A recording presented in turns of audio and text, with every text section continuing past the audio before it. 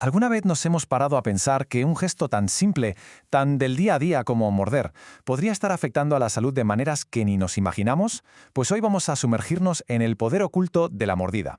Y ya veréis que es una pieza clave en un engranaje mucho más complejo de lo que parece. Vamos a empezar con una pregunta directa, para ir al grano. ¿Y si ese dolor de cabeza persistente, esa molestia en la mandíbula, tuviera su origen en la boca? Suena raro, pero no es ninguna locura. Ojo al dato que revela la fuente que analizamos. Hasta un 90% de ciertas alteraciones de la articulación de la mandíbula tienen una relación directa con desajustes en la forma de morder. Casi nada. La palabra clave de todo esto es oclusión.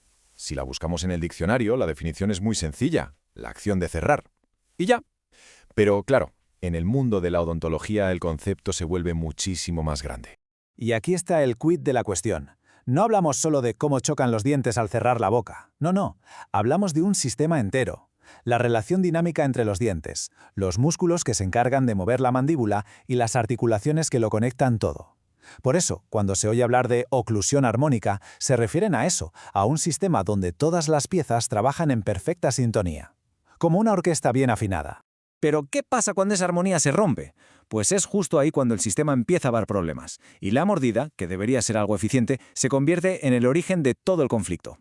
Este conflicto tiene un nombre técnico: trauma oclusal, y, según la fuente, aparece cuando las fuerzas que reciben los dientes son tan intensas, o están tan mal repartidas, que superan la capacidad de adaptación del cuerpo.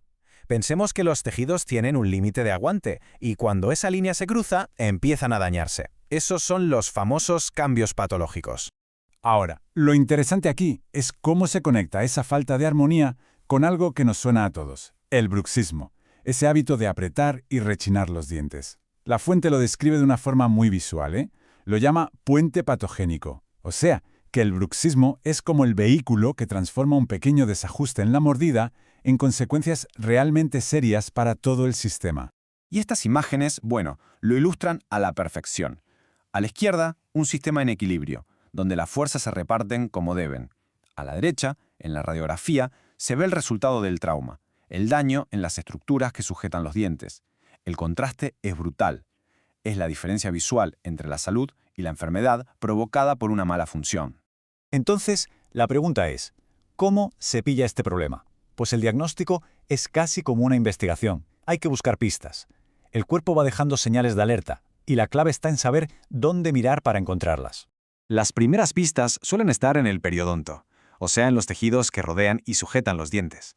Un sonido raro al dar un golpecito suave a un diente, dolor al masticar por las mañanas, que es un signo clásico del bruxismo nocturno, o incluso la aparición de abscesos.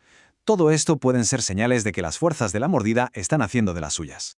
Las siguientes pistas las encontramos en los propios dientes. Una sensibilidad muy fuerte al frío, un dolor que no se va después de un empaste o un desgaste que se ve a simple vista son indicadores clarísimos. Pero aquí viene un dato de la fuente que es fascinante. Este trauma puede llegar a hacer que el tejido de dentro del diente se calcifique, como si se convirtiera en piedra por dentro. Y claro, eso lo vuelve muchísimo más frágil. Esta imagen es el testimonio de ese daño acumulado. Lo que se ve es el resultado de una batalla silenciosa que se ha estado librando durante años dentro de la boca. El trauma oclusal no siempre es algo evidente al principio, pero sus efectos a largo plazo pueden ser demoledores para la estructura de los dientes. La buena noticia es que una vez que se identifica el problema, se puede pasar a la acción. El objetivo ya no es solo reparar lo que se ha roto, sino devolverle la armonía a todo el sistema masticatorio. Es muy importante entender que no hay una solución mágica que sirva para todo el mundo. El tratamiento tiene que ser personalizado, con un objetivo súper claro: normalizar la relación entre los dientes de arriba y los de abajo, para que las fuerzas vuelvan a distribuirse de forma equilibrada.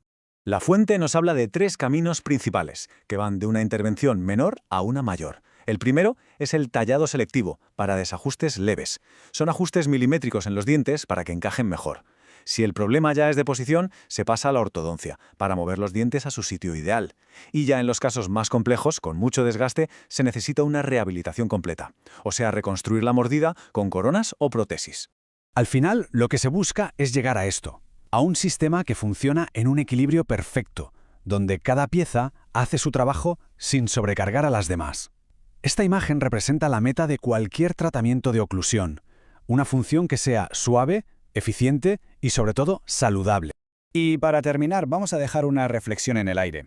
Lo que hemos visto hoy demuestra que algo tan localizado como la mordida tiene unas implicaciones enormes en músculos, articulaciones e incluso en algo tan común como los dolores de cabeza. Y esto nos lleva a una pregunta mucho más grande.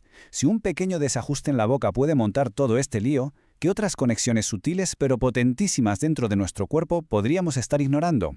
Ahí queda eso.